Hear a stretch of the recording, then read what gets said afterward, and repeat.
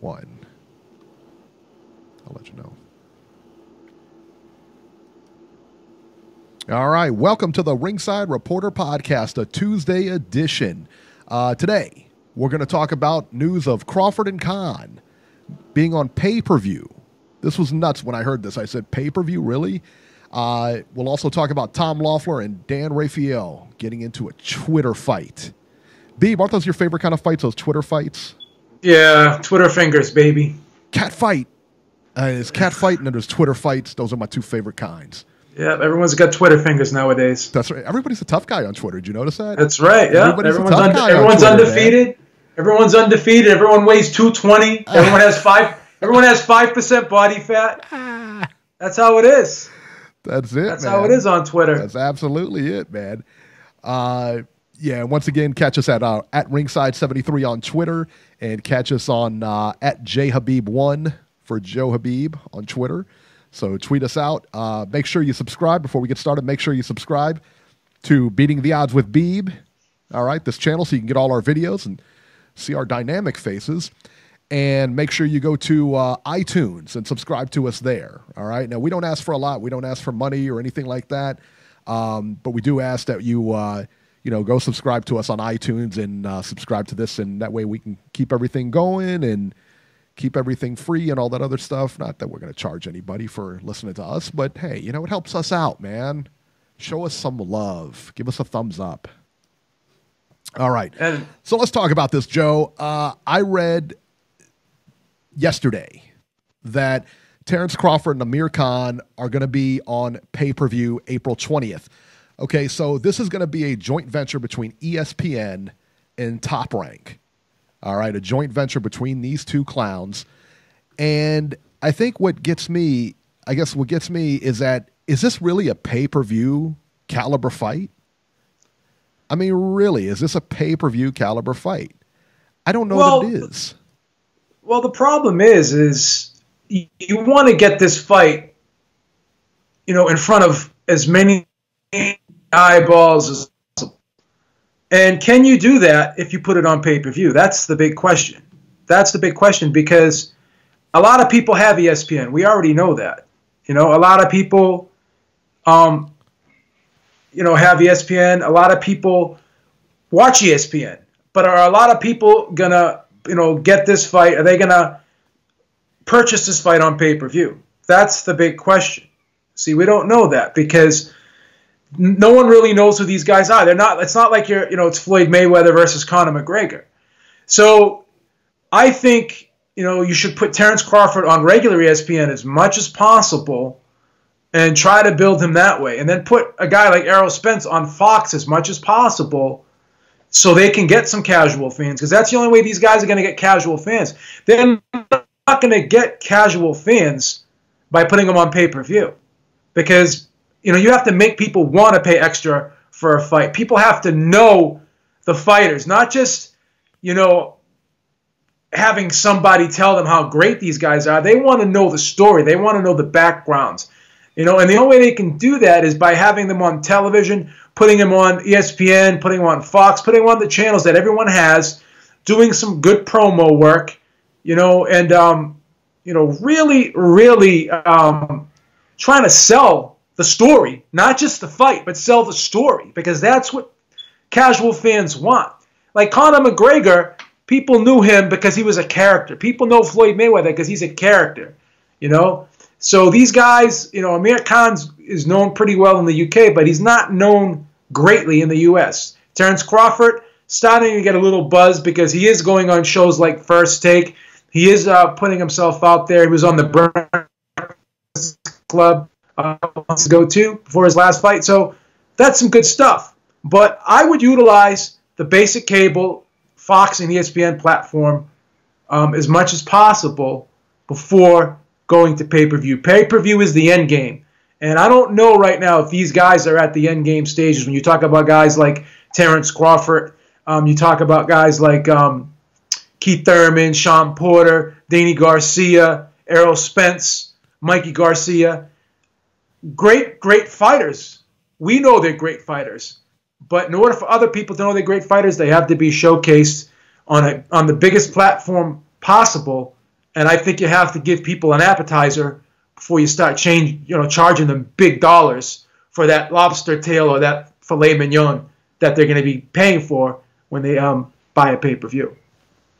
Yeah, I tell you, I got to be honest with you. I don't think that this is a pay-per-view caliber fight. I really don't. I think this is a good.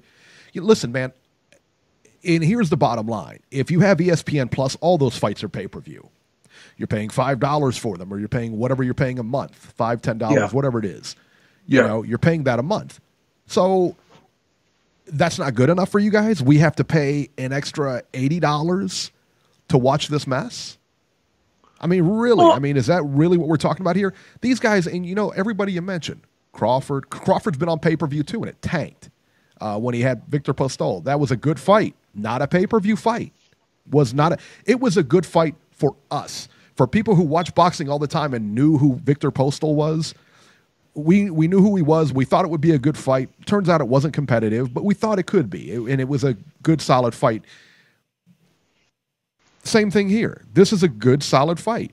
And Amir Khan's got a little, got much of a name in UK. Not so much in the US. But this is not a pay-per-view fight, guys. And so all we're doing is going back and reverting, to going back to pay-per-view. Remember pay-per-view? When Canelo fights Triple G, to me, that's a pay-per-view. Okay, I got it. Those are two big stars. It just is. Now those fights will be on DAZN or whatever the case may be, but those are big fights. This is not that big of a fight. I get what you're trying to do with Terence Crawford. I understand it.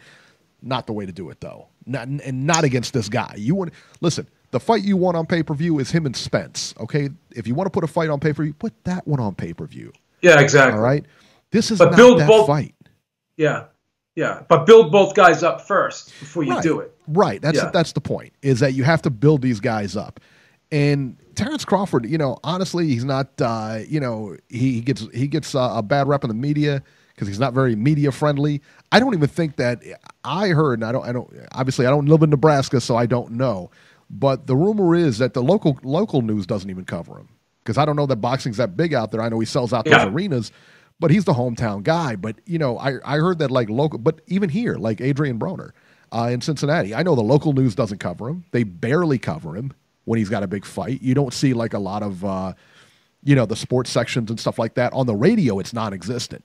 Like on our sports radio down here, it's non-existent. Listen, man, we got Rasheed Warren down here going for a title. We got Adrian Broner. I mean, those are two big stars in the boxing world. Those two big guys, man.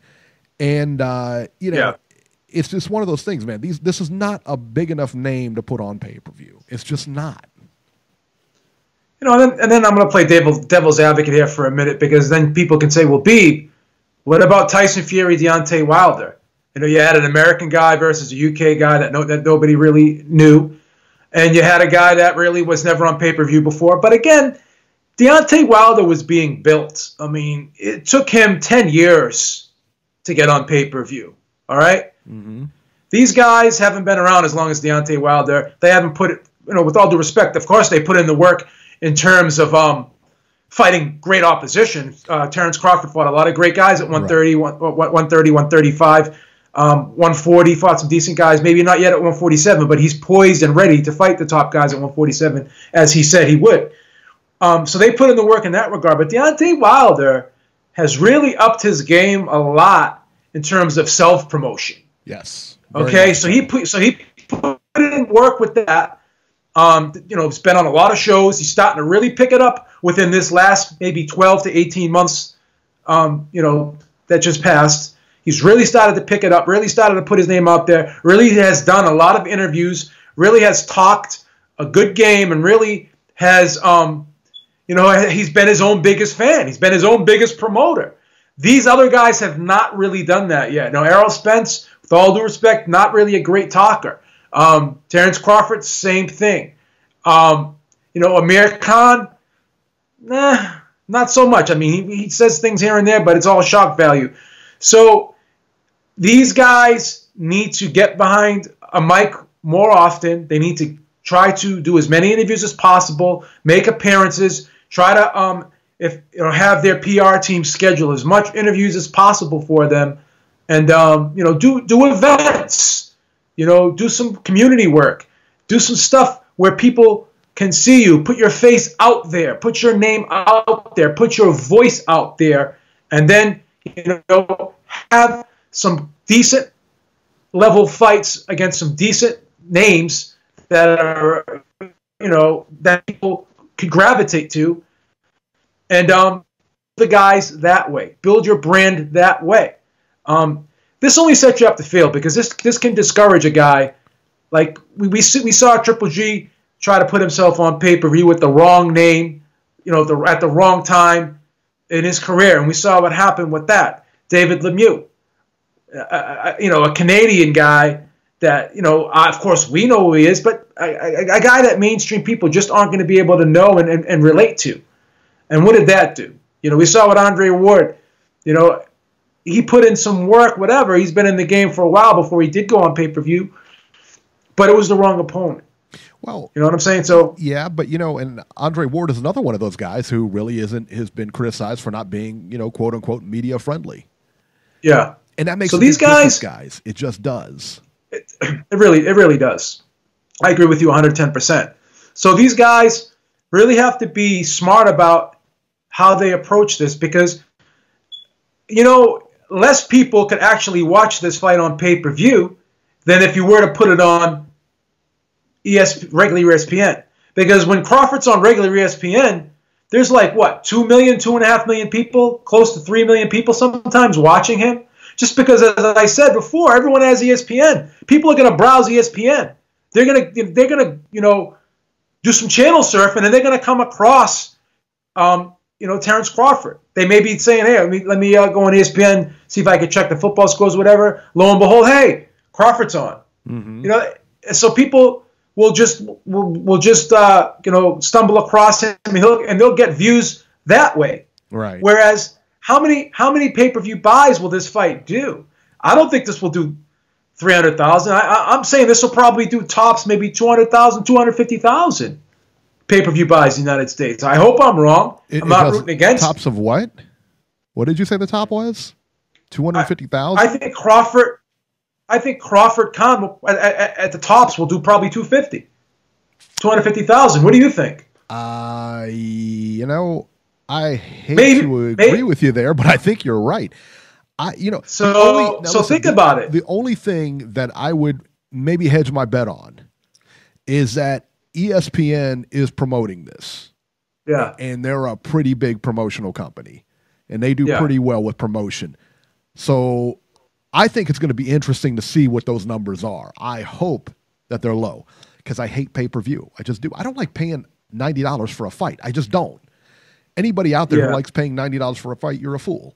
All right? Because you're just wasting money. If I could watch a fight for free versus pay $90 for it, or my monthly subscription and watch it that way versus $90 for it, seems like a no-brainer to me. I don't know.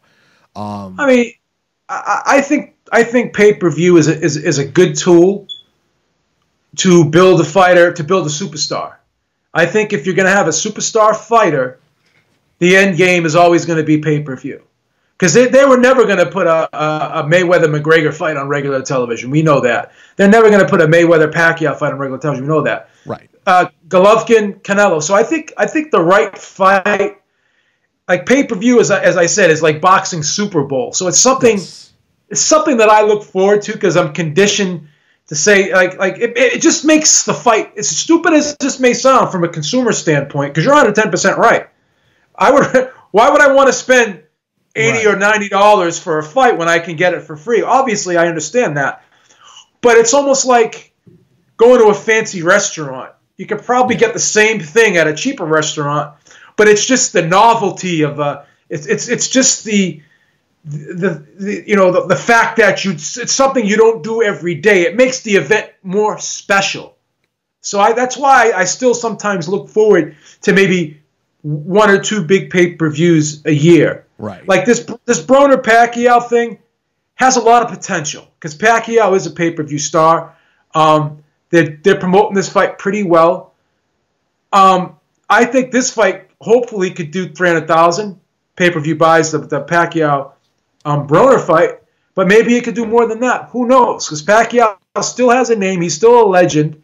So we'll see how that goes. So that fight, I think, you could argue is pay-per-view worthy based upon how Adrian Broner is just a character, and he's another big self-promoter. Whether or not he self-promotes himself appropriately or not, or if he's if it's fan-friendly or child-friendly, that's another story. That's definitely another story. But in regards to this fight, these guys, they're not really great behind the mic. They're not really characters per se. So I just don't think this is the right fight that you want to have on pay-per-view, in my opinion. Yeah, you could be right. You could be right. All right, let's move ahead here. Let's talk about this Twitter beef between, of all people, Dan Raphael and Tom Loeffler. And let me read you the tweet here, because the actual, let's see here. The rumor is, and this was reported by Mike Coppinger, and it was also reported by Dan Raphael. The rumor is that Triple G left Tom Loeffler, and they are no longer working together. So Dan Raphael tweets that out, and then Tom Loeffler follows it up with the following tweet. Dan, at Triple G Boxing, at Triple G, told me today that this is yellow journalism and not to say anything about him or his career without a direct quote from him or myself. Highly irresponsible to write something like this. People are now using your tweet to write full articles based on false information. He's right, because nothing has been decided, nothing has been official. It's anything like that. Dan Raphael fires back and says, better way to say it would have been that you are no longer negotiating his deals, based on multiple sources, including in the room, who say Triple G and his wife have been handling all the talks. And I think it was Mike Coppinger that wrote something to the effect of, Triple G is waiting to the birth of his second child to have this, to make a decision, this and that, and blah, blah, blah. I just thought it was like, listen, if this is coming from Triple G retweeted Tom Loeffler's tweet, by the way. Just irresponsible. I mean, just completely irresponsible by Dan Raphael, completely irresponsible by Mike Coppinger. These guys, it's a very irresponsible thing to do, and it's irresponsible for any of these guys who report on stuff to just jump the gun and just run with a topic. You know what I mean? It doesn't make any sense to me. Just because you want to be first. You don't want to be right. You just want to be first. Well, there's a lot of journalists out there. There's a lot of people with boxing websites out there. And I'm sure we've been guilty of doing this in the past too. We'll sit there and we'll look at guys like Dan Raphael's timeline. We'll look at guys like Kevin Ioli's timeline. We'll look at guys who are, we'll look at Boxing Scene or whatever. There's certain people that, when they put a story out, 9 out of 10 times, it's accurate because of the access that these people have and the history that they have of breaking news. And he'll put stuff out there that he probably shouldn't. Like, for instance, when he was talking about Errol Spence versus Lamont Peterson, saying that Errol Spence was getting $3 million for that fight. He heard that someone in the camp told him that he was getting $3 million for that fight. That was wrong. So something stupid like that. So Dan realizes, he has to realize. He has to realize that people actually look for him to break news, and then they go and they take his news and they make articles out of it. So he can create that snowball effect of misinformation if he doesn't get it right. So there's more of a responsibility for Dan Raphael to get it right, because it affects a lot of other people who he has a heavy influence on. I've seen Dan Raphael at events before. When I went to Victor Ortiz versus Andre Berto, the first fight, I remember Dan Raphael. He gets access like no other reporter. I remember, covering that event. That was, I think, back in 2011, which was about 7 or 8 years ago. And I was covering that event. And I remember he was walking around with Richard Schaefer for an hour before the event. He was just sitting there talking with Richard Schaefer. Sure. So Richard Schaefer is sitting there just giving him juicy tidbits. So this guy does have sources. He does have access. When he calls, people do pick up the phone. Right. You know, it's not something that people will let go to voicemail.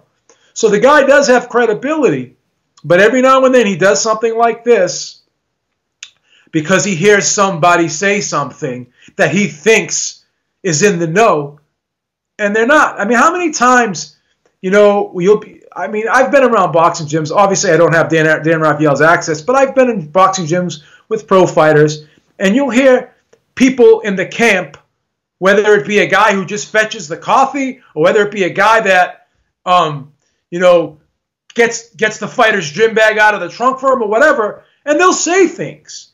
And you have to look at, you know, who the source is. And that's not to denigrate someone who's part of the camp that doesn't have a high-profile position.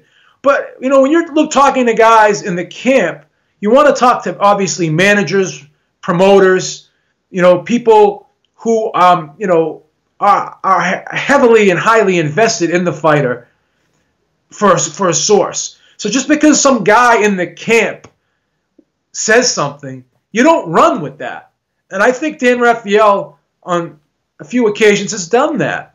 So you got to be real smart and you got to really do your due diligence before you break something. That's why, you know, with us, when we say that we heard something, we preface it, you know, the comment with, this is a rumor. Mm-hmm. This is something we heard, but we can't confirm it. You know, and a lot of people will try to nitpick at us and saying that, you know, we're passing it off as fact. We don't do that. When we know it's fact, then we pass it off as fact. If we don't, we preface it with, I heard. Yeah. So Dan Raphael needs to do a little bit of I heard or rumors have it or someone said this, but it's not officially confirmed by Loeffler or Golovkin, which he didn't do.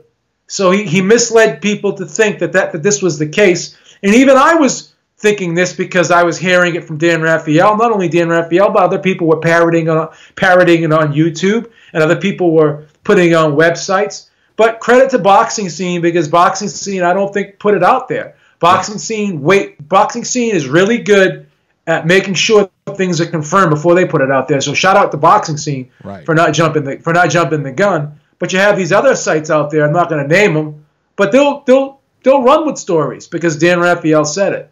So that's a bad look for Dan Raphael, and hopefully this gets cleared up. And very shortly, when Triple G does sign with a network, then I'm sure Tom Loeffler will talk about it, and we'll know for sure what Triple G's status is.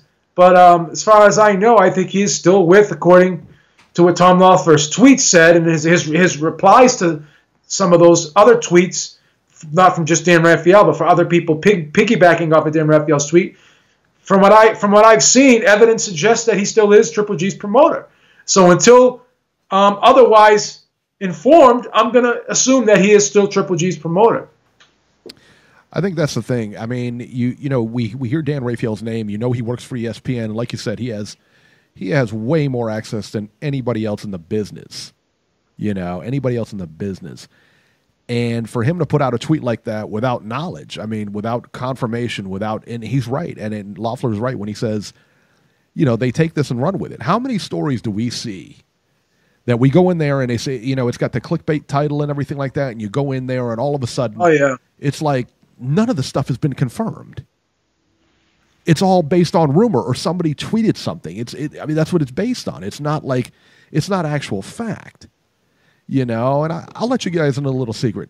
None of these places, there's very, very few places that break news. It's typically not done on podcasts or YouTube videos or anything like that.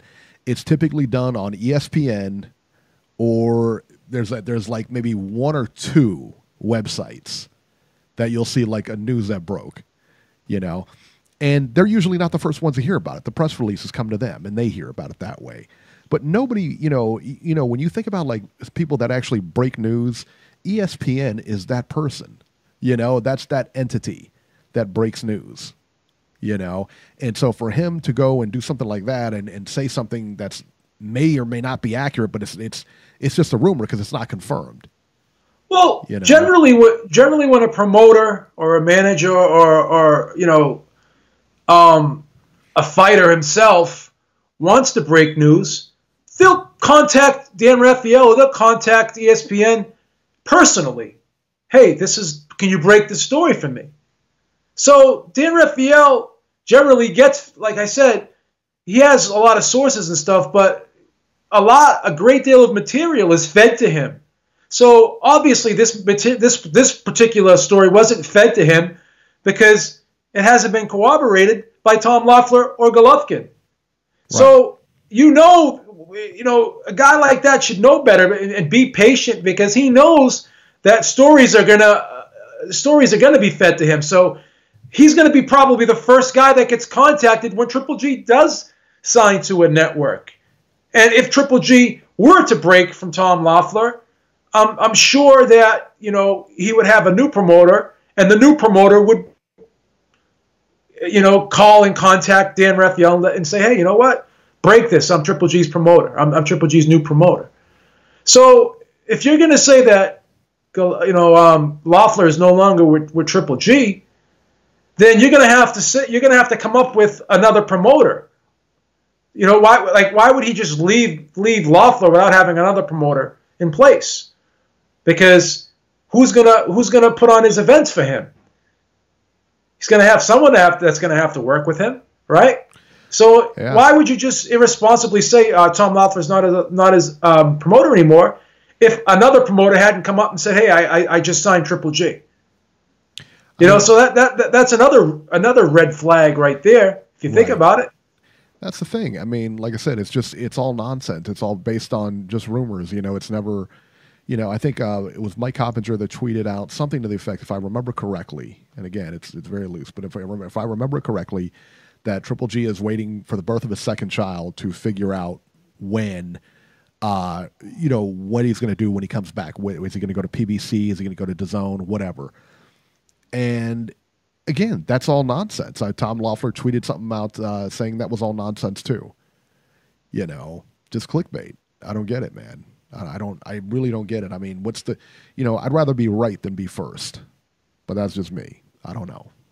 Yeah. So because now when news does come out that is totally contradicting to what all these guys said, they're all going to look like idiots. Now they're going to have to come back and retract the original statements and all their original stories. So they're going to have to do a lot of damage control. So it's just more of a hassle for them in the long run. If they just took their time, then they wouldn't have to, play Mr. Fixer-Upper later. Now, to play devil's advocate on this, to play devil's advocates for Dan Raphael, I could argue that this is his Twitter. It's he works for ESPN. Everybody knows that, obviously. But it's his Twitter to say and do what he wants, and nothing's official until it hits ESPN. Now, for ESPN to report it, that's a little different. But people don't make that distinguishment between ESPN and Dan Raphael. They're one and the same. If I see Dan Raphael, that's synonymous with ESPN. You know what I mean? Well, Eric, that would be all well and good, but the problem is he has ESPN in his Twitter handle. It's like Dan Raphael ESPN. Like he has it posted all over Twitter that he's an ESPN reporter. So that's the thing. It's hard to distinguish, if this is his personal Twitter or if it's his work Twitter. It's not actually an ESPN Twitter because ESPN does have their own Twitter, but people that are affiliated with ESPN, they usually attach the words ESPN to their Twitter handle. So he does represent ESPN if he's going to talk about boxing, because that's what his job is at ESPN, to be a boxing reporter. Right. So if he's going to talk about boxing in any way, shape, form, or fashion, then it's going to be scrutinized. I mean, it's one thing if you want to talk about the family barbecue he went to on Saturday. He has every right to do that. But at the end of the day, when he's talking boxing, he's got to be right. He could state his opinion.